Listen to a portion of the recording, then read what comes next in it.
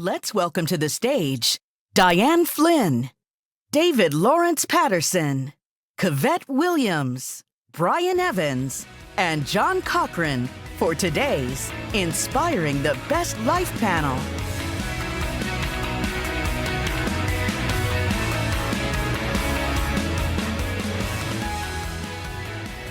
Does anybody notice how much more enthusiastic a reception everybody else gets except me? I hear catcalls, whistles, cheering.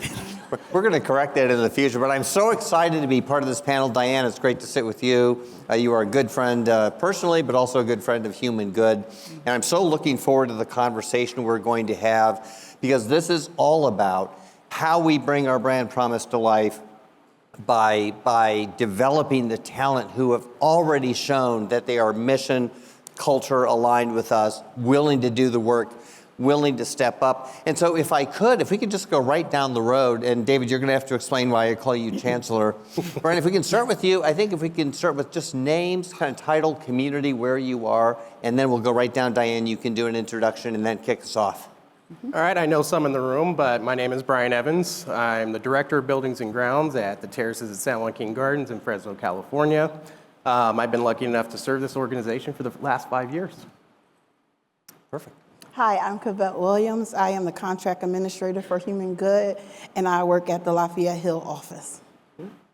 Hi, I'm David Lawrence Patterson. I get the pleasure of serving as the Organizational Development Director for Human Good, AKA Chancellor Lawrence Patterson, compliments of John Cochran. And it's just my pleasure to help bring to life Human Good University, Human Good U for us here. And I'm Diane Flynn, and I am CEO and founder of Reboot XL. I'll tell you a little bit about how I got that started. And I want to start by saying I am so inspired to be here. I just want to thank everyone who's put this together. It is really remarkable. So.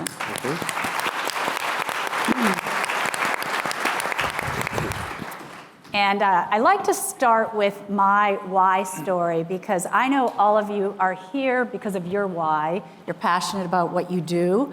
And I think it's always fun to hear other people's stories.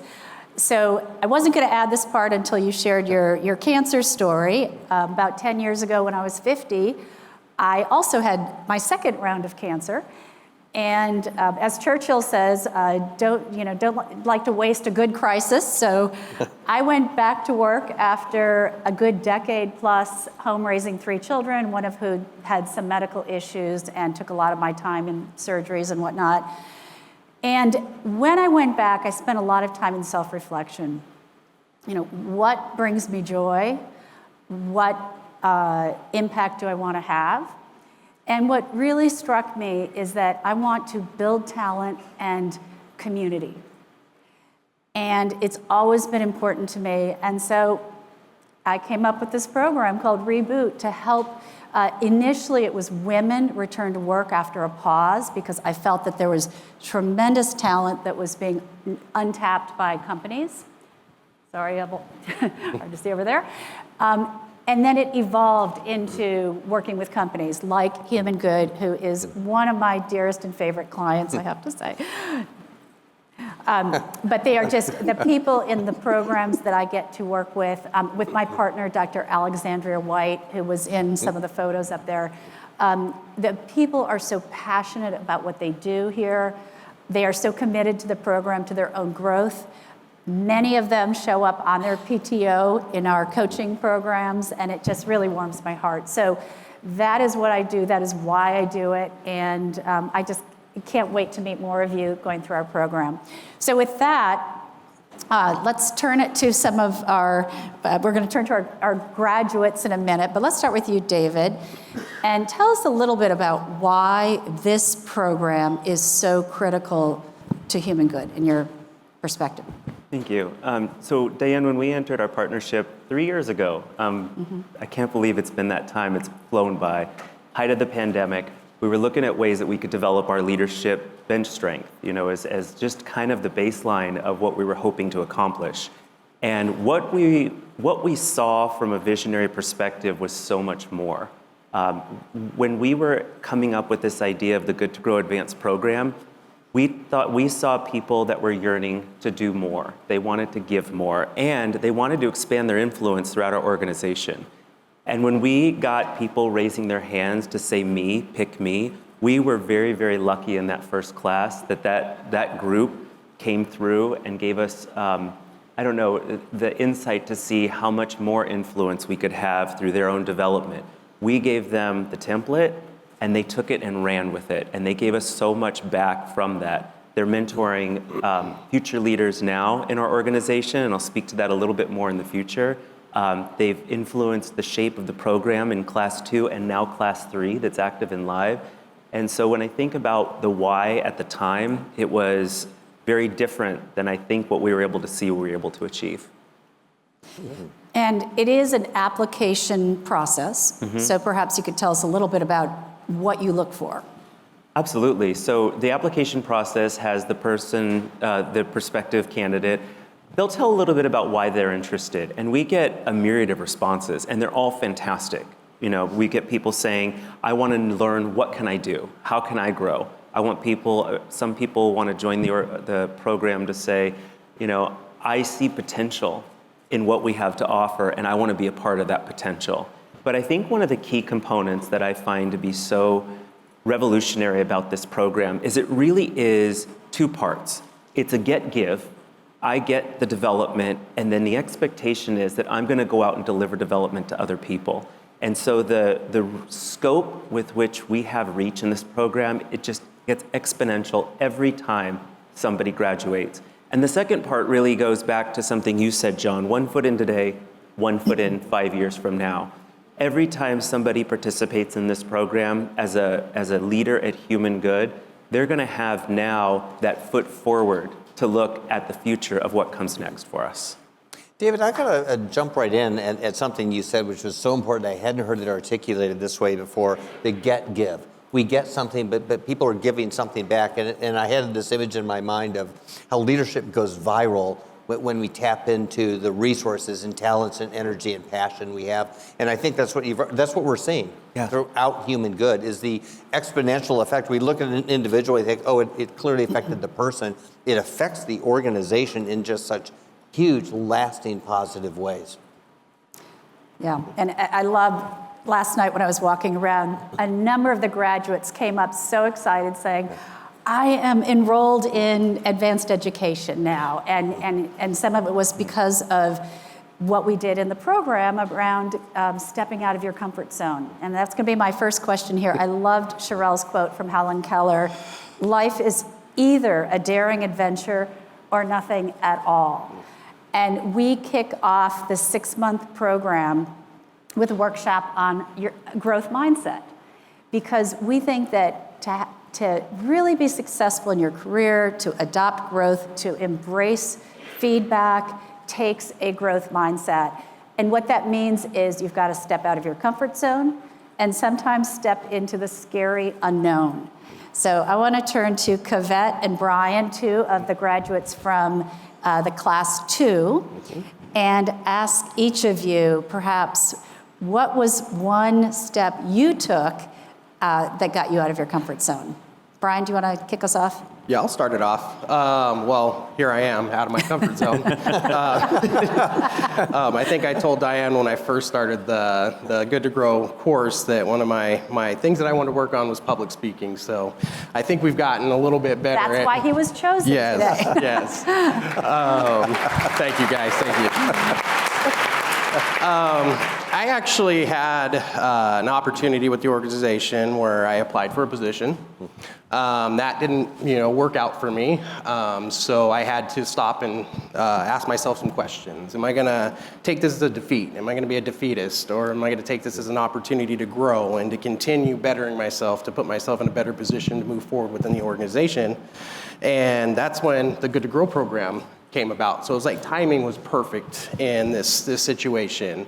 And so I raised my hand and I said, I'll answer the question of what's next, who's next, I'm next. And so it was uncomfortable, it was scary, but it led me to facing the challenges within myself to continue to grow. So Yeah.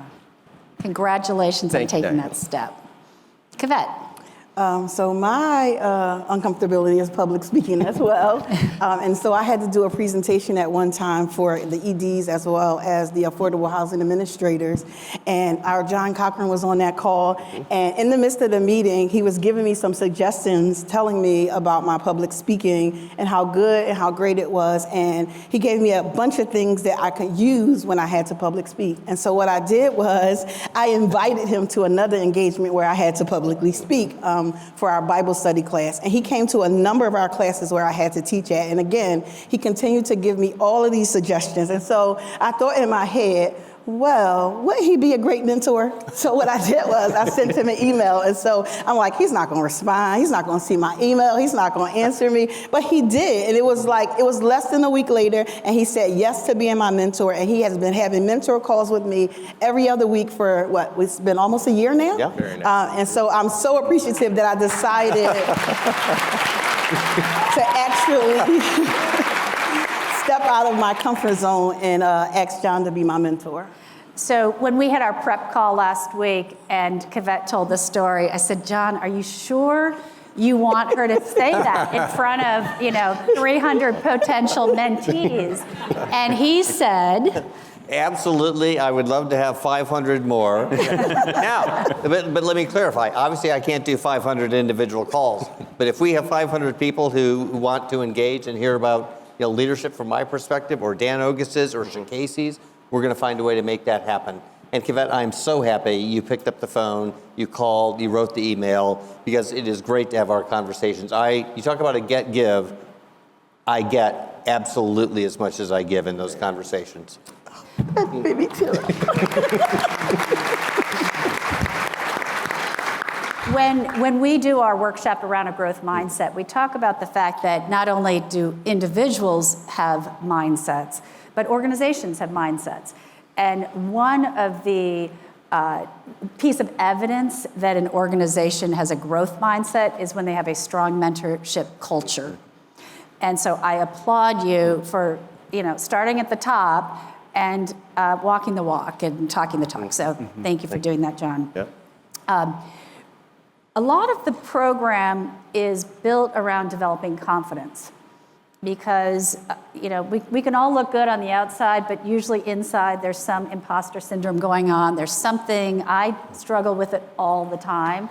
And in our small group coaching, I know that almost everyone does. I think everyone does, actually. And so we teach a lot of different skills that help build confidence. So, Kavette, I'd love to turn to you. What was one thing that came out of the program for you that you have adopted that has perhaps impacted your confidence? So I think one of the key things for me was goal setting. Because sometimes we set goals that we don't accomplish those goals. And most of the time it's pretty much because we haven't written them down. We haven't set out a plan. We haven't decided what it is that we actually have to do in order to do it. And so what I did for After Good to Grow, the beginning of January, I laid out this thing. And if anybody wants to see it, I do have it here. I presented it to the legal department. Very impressive. Right? I presented it to the legal department. And what I did was, I wrote out exactly everything that I have to do for Human Good. Whether it's checking an email, whether it's developing contract, whatever, for whoever, whether it's calling someone, whether it's having a meeting. I laid out everything that I have to do in order to make contract administration the greatest in the world, okay? And so from there, I started to develop day-by-day plans. So today, I'm going to input all of the Human Good East contracts. On Tuesday, I'm going to input all of the Human Good West contracts. Each day, I had it laid out on what it was that I had to do. I know on one day, I put that I would begin to look over all of our certificates of insurance. Whatever the case may be, I laid it out for each day of the week. And then from there, though you lay it out for each day of the week, you still have to be able to go back and say, how can I make this happen? So I wrote out, what does success look like? How does that look? How can I make this happen each and every day, right? I laid out a couple of things like change works for me. Like if it doesn't work, then change it. Change how you do it. Change how it works for you. I also laid out resources because when you come up on challenges, you need resources. John is my mentor. Bethany is our legal department, what I call her my fearless leader. So if I need that resource, I can go to that resource. Spiritually, I'll call my pastor. Whatever those resources are that I need in order to accomplish the goals that I have set, I have those resources in place. And then finally, I put a reflection. My reflection was a little progress each day adds up to big results. So even if I only get this much done today, it's still going to be in the end a big result. At the end of the day, at the end of the week, I've accomplished a lot, even if it's only one thing. And so from there, I said, I set these goals, I accomplished these goals, I use my resources, I know in the end what my reflection is, but I still have to reward myself because I have done something that I put my mind to do. And so my rewards are self-care, have fun, and travel. And that makes it all better in the end. There you go. There you go, Kavette.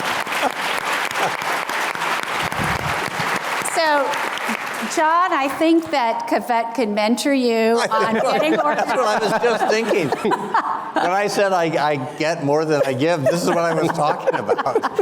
Next time you can show your daily plan. Yes. That's very impressive. I think we can all learn from that, Kavette. Brian. Well, I have to ask one question of Kavette. You knew this was coming. So when we graduated, Kavette started sending out some of those reflections to her team and the Good to Grow graduates every Wednesday. I haven't seen one in a while. What's going on?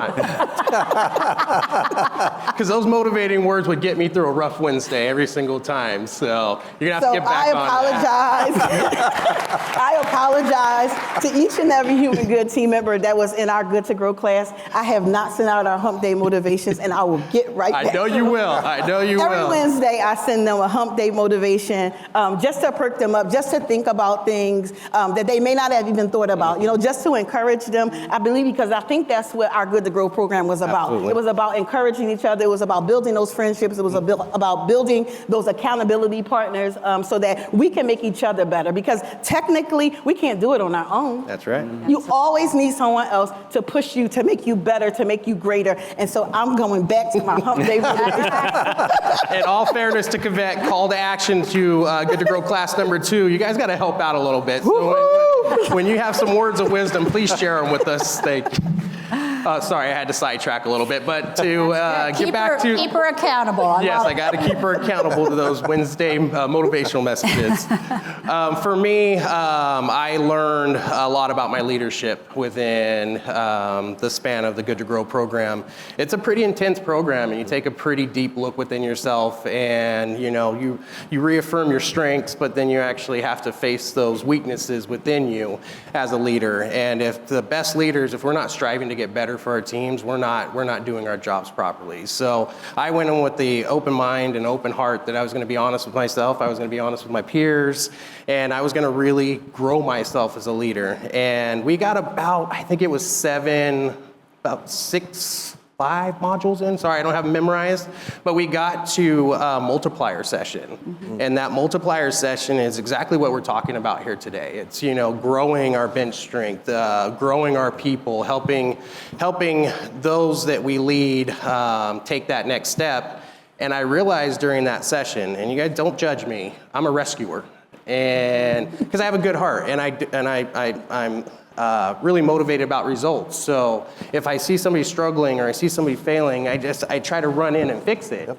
And what Diane and the class helped me realize is you're actually diminishing the talent if you're not allowing those failures, if you're not allowing calculated risks and calculated missteps, so that our team below us can gain the knowledge and experience that we experienced to get to the positions that we are today. So after I graduated Good to Grow, I really had to remind myself that people have to make mistakes, and we're not always going to be perfect, and those imperfections actually guide our ideas and who we are, and that's okay. And so every day since Good to Grow, I've been watching, I've been supporting those that I feel like need the help getting through without fixing them, because fixing them is not going to get us to our end result, and that's who's next. So that's right, developing Brian, grit. I'm so glad you said that, because that is a key leadership lesson, not just for an individual, it's a key leadership lesson for an organization. We have got to get better at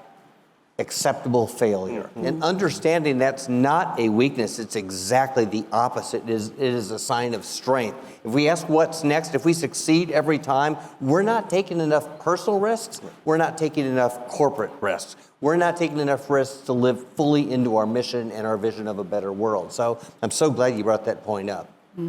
There's 9 accidental diminishing qualities that Liz Wiseman, who has developed this body of work, has a book around it called Multipliers, and one of them is perfectionism. And that is, we analyze what we each struggle with, and you mentioned rescuer, but perfectionism is another one that gets in the way of risk-taking and innovation. Yep. Another exercise we have the participants do is something we call a brand audit. And we ask each person to go to 5 people in their sphere and give them 5 words that define how they show up in a room. And I remember talking to you, John, that somebody had approached you, I think, if it doesn't matter who, but to give 5 words, and your response was? Well, now I don't remember my response. He goes, I am going to do my own brand audit. Oh, that's right. Yeah, and so, again, growth mindset, always learning, always growing. And so modeled from the top. So I think that's just such a statement about the company. Another component of this, we've talked about some of the skills that we focus on, but it's really this building of community. It's the network, it's accountability. And I just love nothing more than when into my inbox pops one of the graduates giving me a little update on a promotion or going back to school or switching jobs, pursuing a different passion within human good. I just love that. So if you're out there, and by the way, raise your hand if you, or stand up, if you have been through the program. Don't be shy. I think, Dave, I'm going to actually turn to you for the numbers, but I think there are 33 current participants or graduates in the room today, so that's pretty cool. Do you want to talk a little bit about the impact of the program? I do, and I want to reflect, though, on something you said real quick, Diane, and I think everybody has mentioned here within this leadership program is knowing yourself, and that's such a critical component of understanding where you sit in your own leadership journey.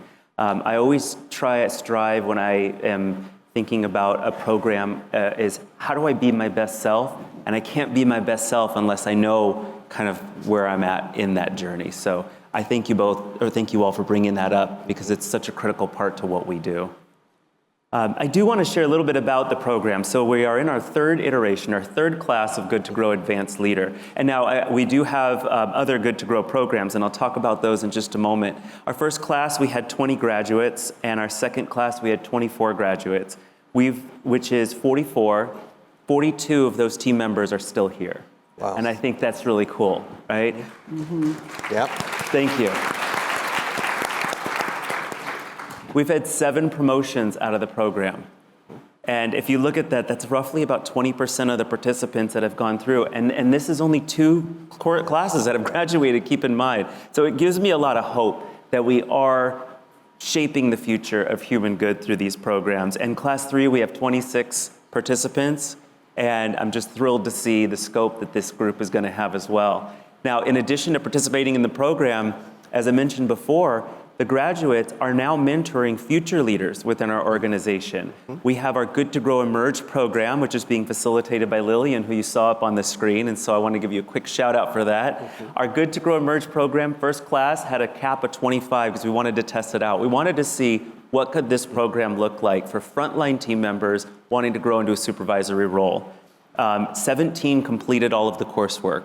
Now, we're talking about team members who are hourly. We are talking about team members whose minutes are spoken for because they're interacting directly with our residents, still made the time to come through this program and to complete it successfully. Class 2 had 50 enrollees, and 35 are on track to graduate from this program. And so I want to give a shout out to those folks as well, because those are our future supervisors, and those are our future directors, VPs that are coming up through our organization. We have the best people at Human Good, and I think that as we continue to grow the best people at Human Good, we're going to have the absolute best organization, better than best in the industry. Yeah. Right.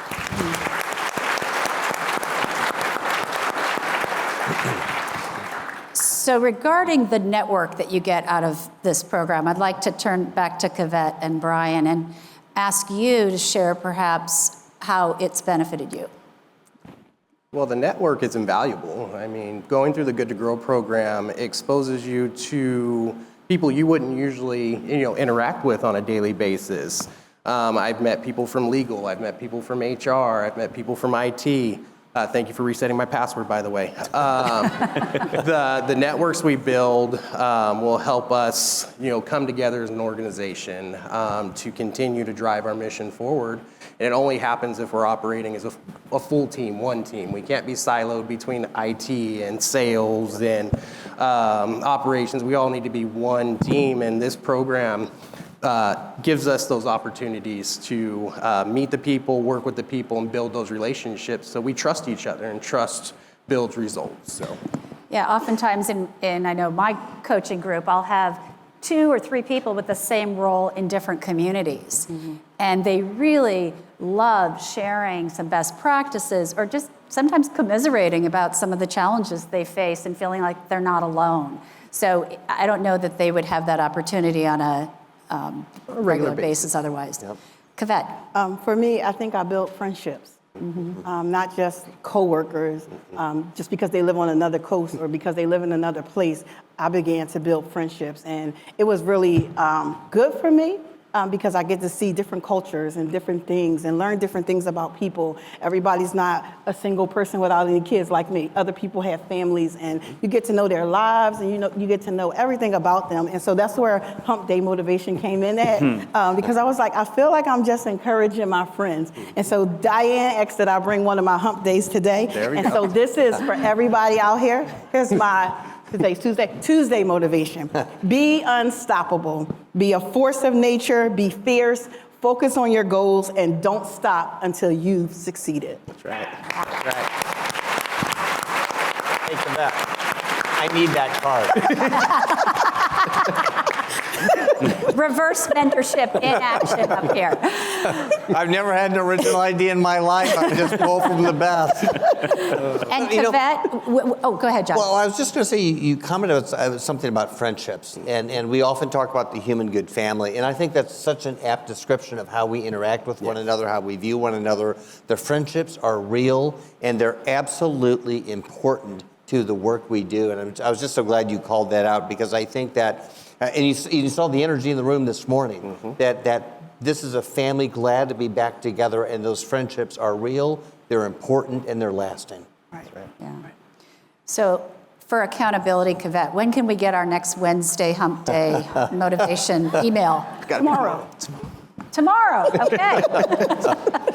You heard it here.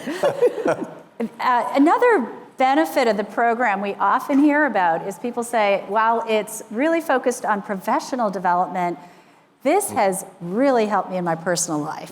I know Sherelle talked earlier about the power of asking questions, and we have a whole workshop about how to ask powerful questions, how to make them open-ended, not close-ended, how to operate from a mindset of curiosity and grace and wanting to learn from that person. And so people will say, I talk to my kids differently.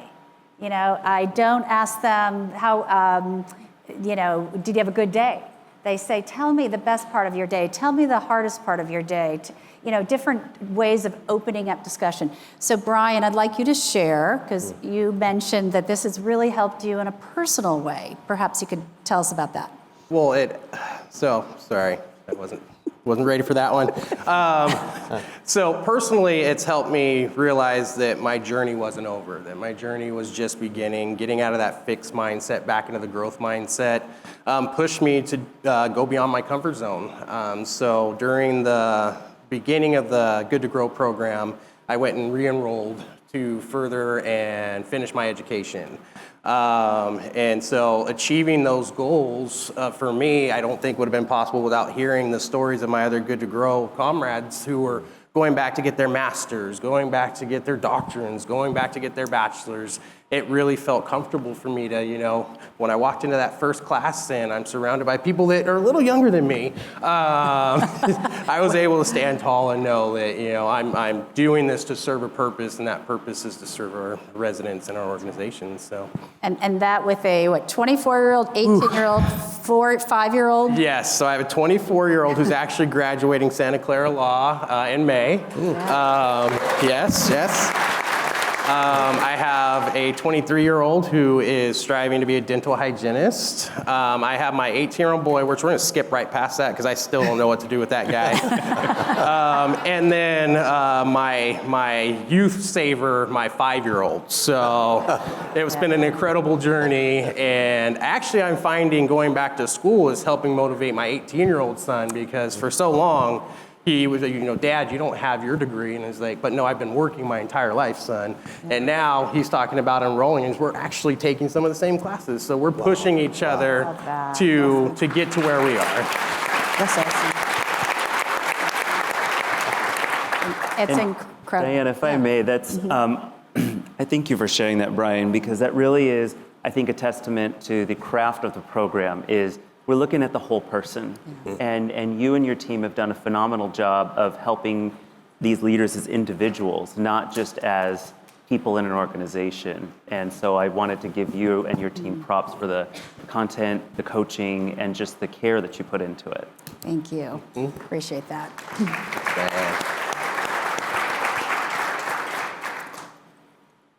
One of the last questions. What would you tell your colleagues out here who might be considering Good to Grow for? You want me to go first? You want to start? I sure will. Raise your hand. Raise your hand. Yeah. Nobody knows you want to do it but you. And if you don't tell anybody, they'll never know. Talk to your boss, talk to your supervisor, talk to someone about it. Call David Lawrence Patterson. He'll get you enrolled. You have to raise your hand. You have to say, I want to be a part of this. Because nobody knows if you don't speak up. And the final thing, which I got from my mentor, is don't allow fear to stop you from putting forth your best foot forward. Don't allow fear to stop you. I know we all have fears. I know we all have struggles, and we think about, if I say this, then I won't be able to do it. They may tell me no. Yes, they may tell you no this time, but the next time they'll say yes. Don't allow fear to stop you from putting your best foot forward, because fear is a diminisher. Right. That's right. That's right. Yvette, I think you should just hand me all your cards.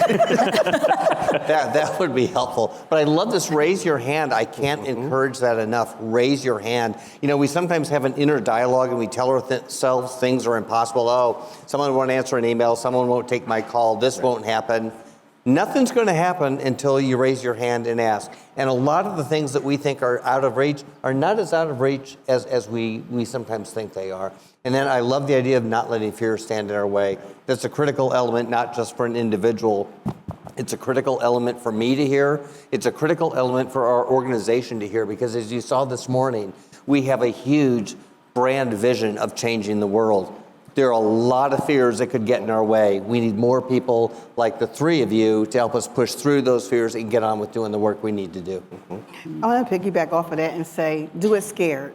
Yeah, that's right. Do it scared. Yeah. Even if you're scared. I was scared to come up here. I'll tell you that right now. I was still scared, really but we're gonna be all right. We're getting through it. We're Getting almost through done. We only got 6 7 minutes minutes left. Do it scared. And with the raising of your hand, have you ever been in a kindergarten or first grade classroom when the teacher asks for a volunteer? What happens? Yeah. You raise your hand. Yeah. And how many of us do this, right? Could we lean into that? Yeah. Yeah, absolutely. So raising your hand and acknowledging that by raising your hand, you may have opportunities open for you. You may further develop yourself. You may be on stage with John Cochran and David Lawrence Patterson. Raising your hand can get you a lot of different places, but without raising your hand and taking that step forward and answering the call, and I told Sherelle I was going to steal this, and she said it was okay because it's not copyrighted. She said it this morning. The Good to Grow program can be summed up as, we got next. We got to step up and say, we're going to be the future of the organization and not shy away from that.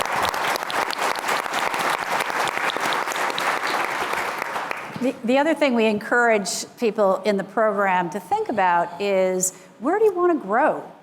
And I coach so many people who maybe have that vision, but I'll say, have you expressed it to anyone? Yeah.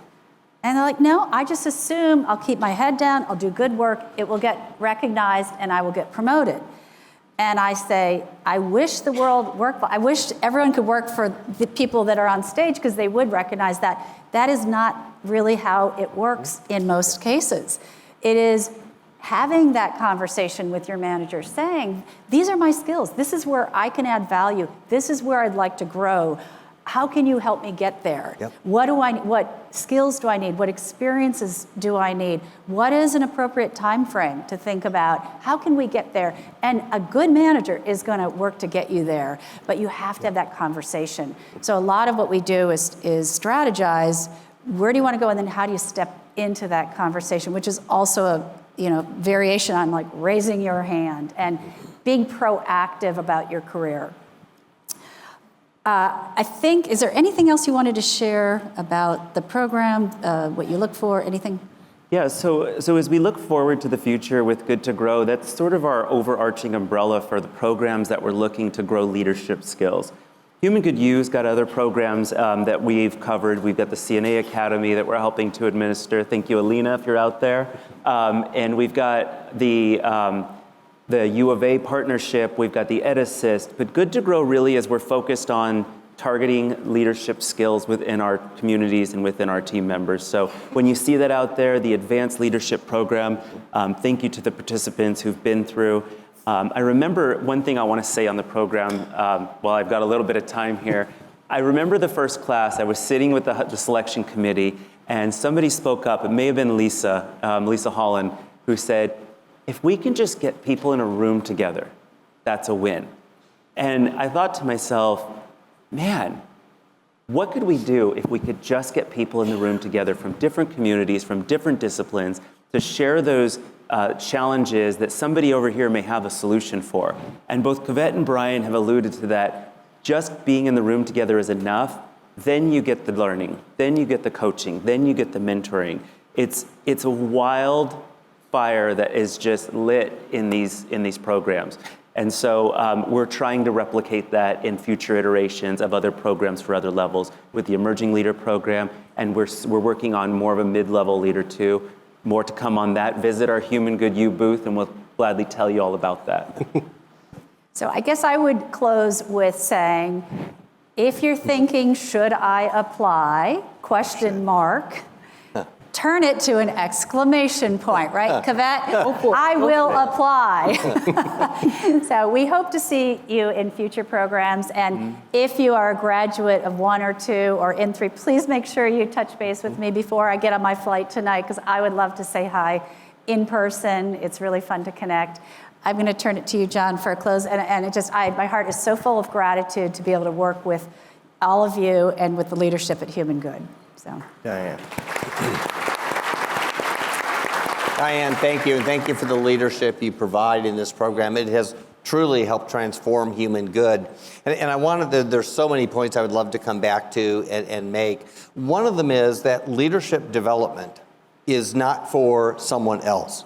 It's not for them or those people. Remember, we have no them, we have no others, we have no those people at Human Good. It's for all of us. It is an essential tool of being a successful organization. Whether you are a CEO or a CNA, we need to be growing and improving our skills. That's our commitment to our vision.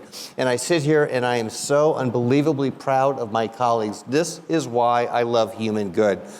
This is why when we talk about we've got next, you better believe we've got next, because we've got these 3 people and 5,000 just like them living the brand. And if we can tap into that talent, there is nothing that's going to hold us back. Nothing. This is Human Good.